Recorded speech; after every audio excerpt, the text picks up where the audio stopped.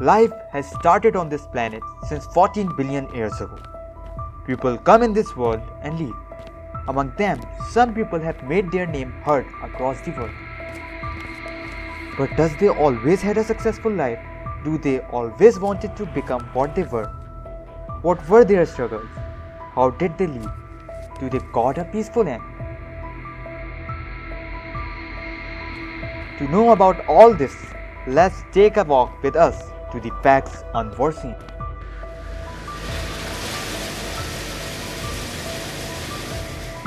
Hello guys. Welcome back to Hot News Studio and welcome back to Facts Unforeseen. We will continue from our previous episode, The Life Journey of Dr. Albert Einstein. If you haven't watched the previous episode, click on the I button. So without wasting any time, let's start the video. 1933, Immigration to the U.S. In February 1933, while on a visit to the United States, Einstein knew he could not return to Germany with the rise to power of the Nazis under Germany's new Chancellor, Adolf Hitler. While at American universities in early 1933, he undertook his third two-month visiting professorship at the California Institute of Technology in Pasadena. In February and March 1933, the Gestapo repeatedly raided his family's apartment in Berlin. He and his wife Elsa returned to Europe in March, and during the trip, they learned that the German Reichstag had passed the Enabling Act on 23rd of March, transforming Hitler's government into a de facto legal dictatorship, and that they would not be able to proceed to Berlin. Later on, they heard that their cottage had been raided by the Nazis and Einstein's personal sailboat confiscated. Upon landing in Antwerp, Belgium on 28th of March, Einstein immediately went to the German consulate and surrendered his passport, formally renouncing his German citizenship. The Nazis later sold his boat and converted his cottage into a Hitler Youth camp. Refugee status. In April 1933, Einstein discovered that the new German government had passed laws barring Jews from holding any official positions, including teaching at universities. Historian Gerald Holton describes how, with virtually no audible protest being raised by their colleagues, thousands of Jewish scientists were suddenly forced to give up their university positions and their names were removed from the rolls of institutions where they were employed. A month later, Einstein's works were among those targeted by the German Student Union in the Nazi book burnings, with Nazi propaganda minister Joseph Goebbels proclaiming, "Jewish intellectualism is dead." One German magazine included him in a list of enemies of the German regime with the phrase, "not yet hanged," offering a $5,000 bounty on his head. In a subsequent letter to physicist and friend Max Born, who had already emigrated from Germany to England, Einstein wrote, "I must confess that the degree of their brutality and cowardice came as something of a surprise." After moving to the U.S., he described the book burnings as a spontaneous emotional outburst by those who shun popular enlightenment, and more than anything else in the world, fear the influence of men of intellectual independence.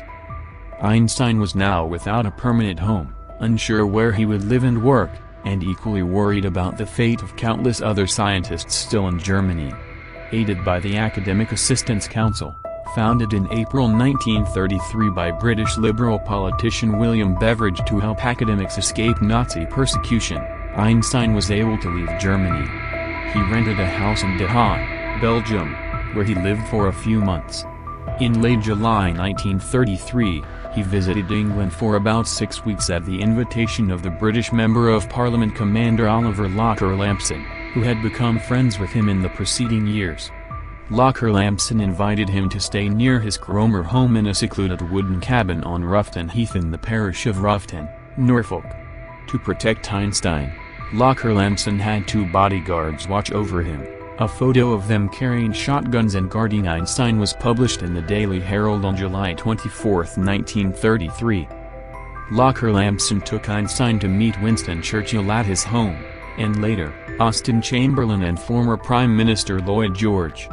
Einstein asked them to help bring Jewish scientists out of Germany.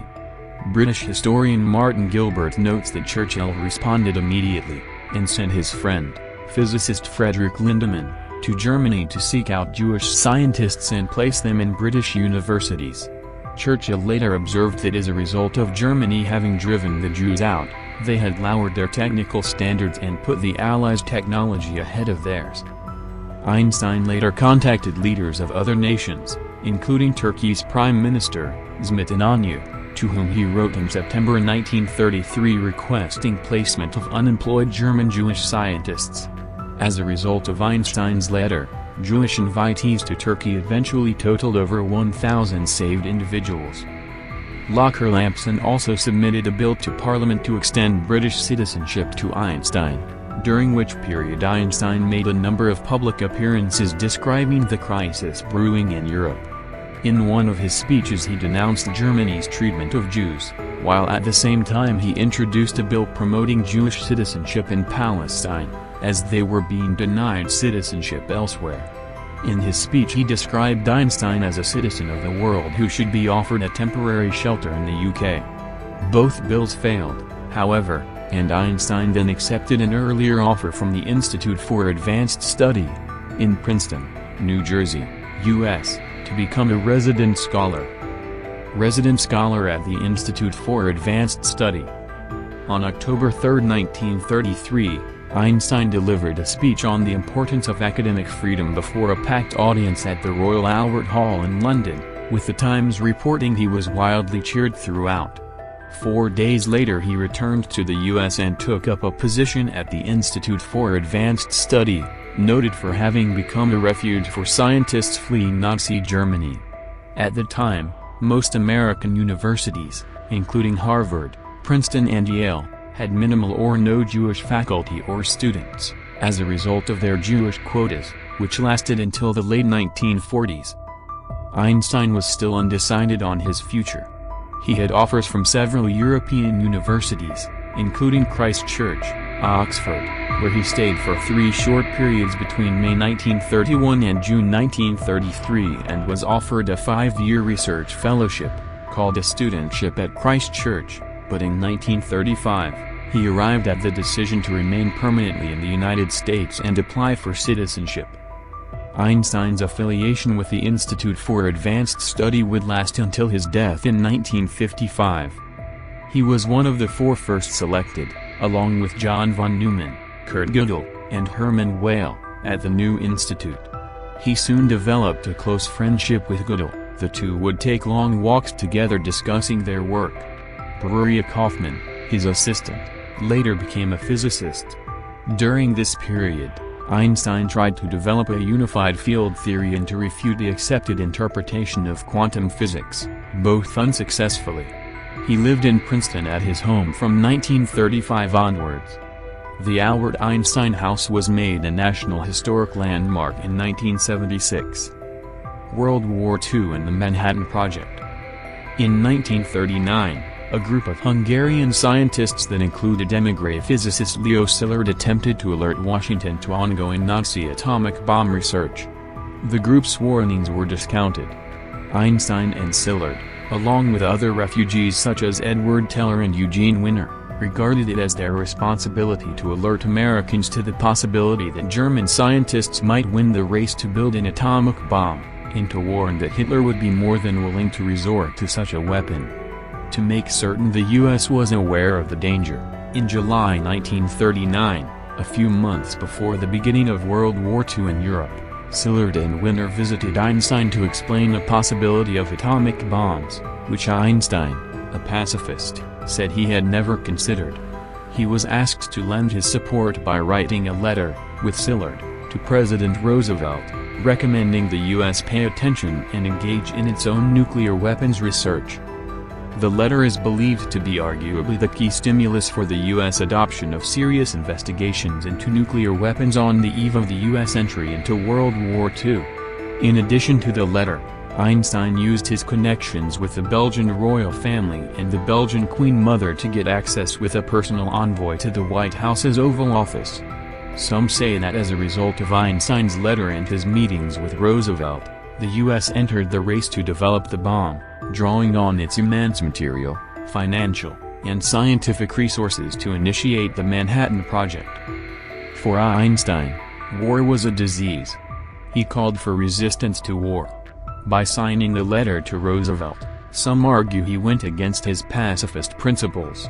In 1954, a year before his death, Einstein said to his old friend, Linus Pauling, "I made one great mistake in my life, when I signed the letter to President Roosevelt recommending that atom bombs be made, but there was some justification, the danger that the Germans would make them."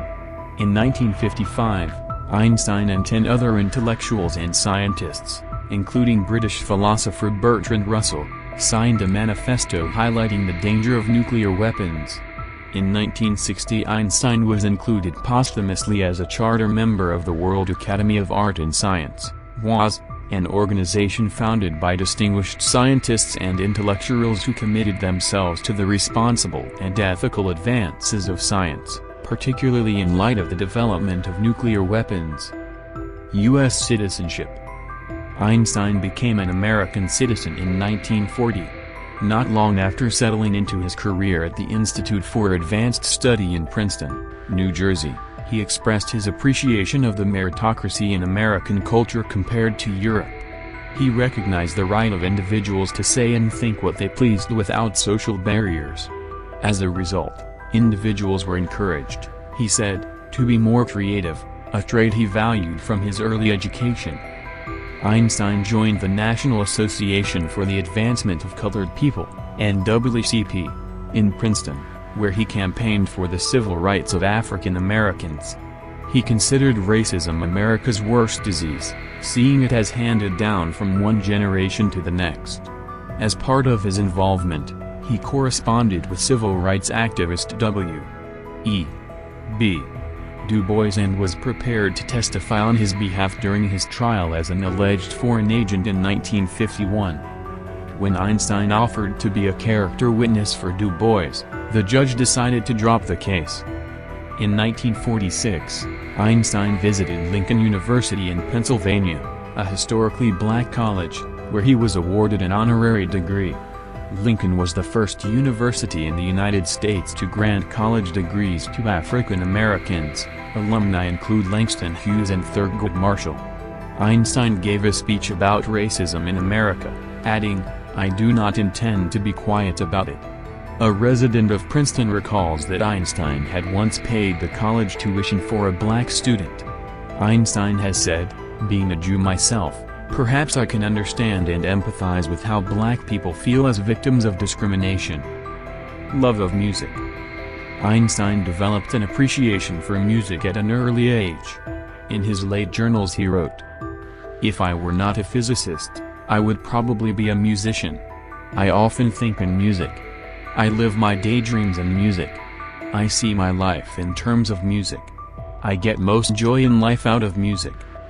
His mother played the piano reasonably well and wanted her son to learn the violin, not only to instill in him a love of music but also to help him assimilate into German culture. According to conductor Leon Botstein, Einstein began playing when he was 5. However, he did not enjoy it at that age. When he turned 13, he discovered the violin sonatas of Mozart, whereupon he became enamored of Mozart's compositions and studied music more willingly. Einstein taught himself to play without ever practicing systematically. He said that love is a better teacher than a sense of duty. At the age of 17, he was heard by a school examiner in Iran while playing Beethoven's violin sonatas. The examiner stated afterward that his playing was remarkable and revealing of great insight.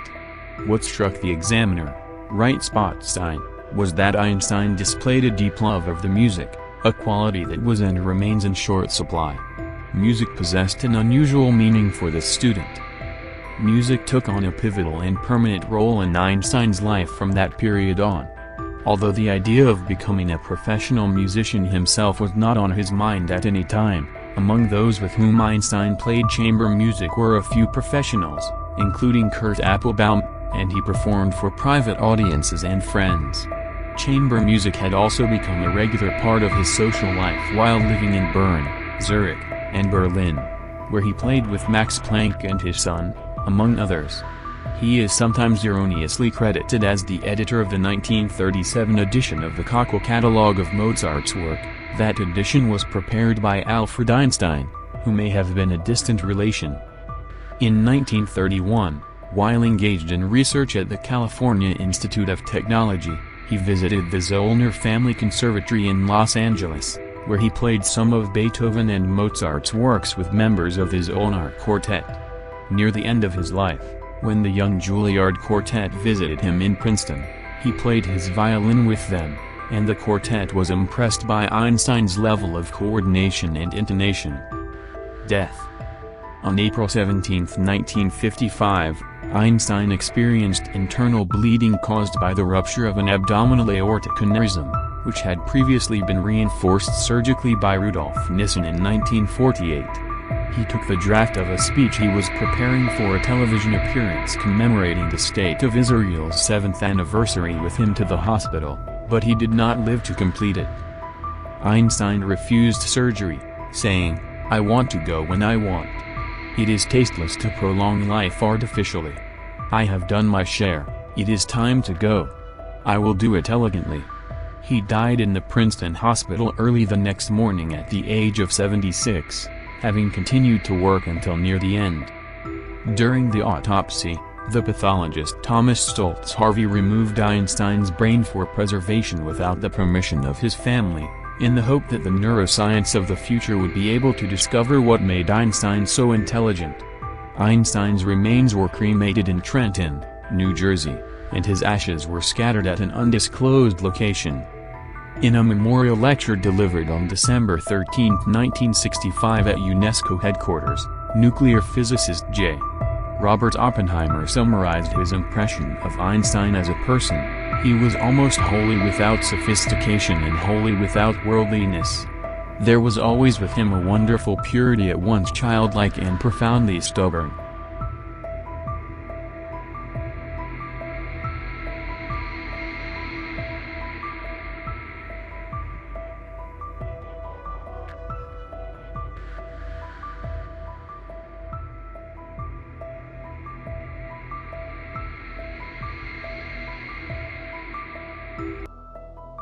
So that's it for today. If you like this episode and series, do like, share and subscribe. We will meet you again in the next episode of Facts Unforeseen. Till then, take care.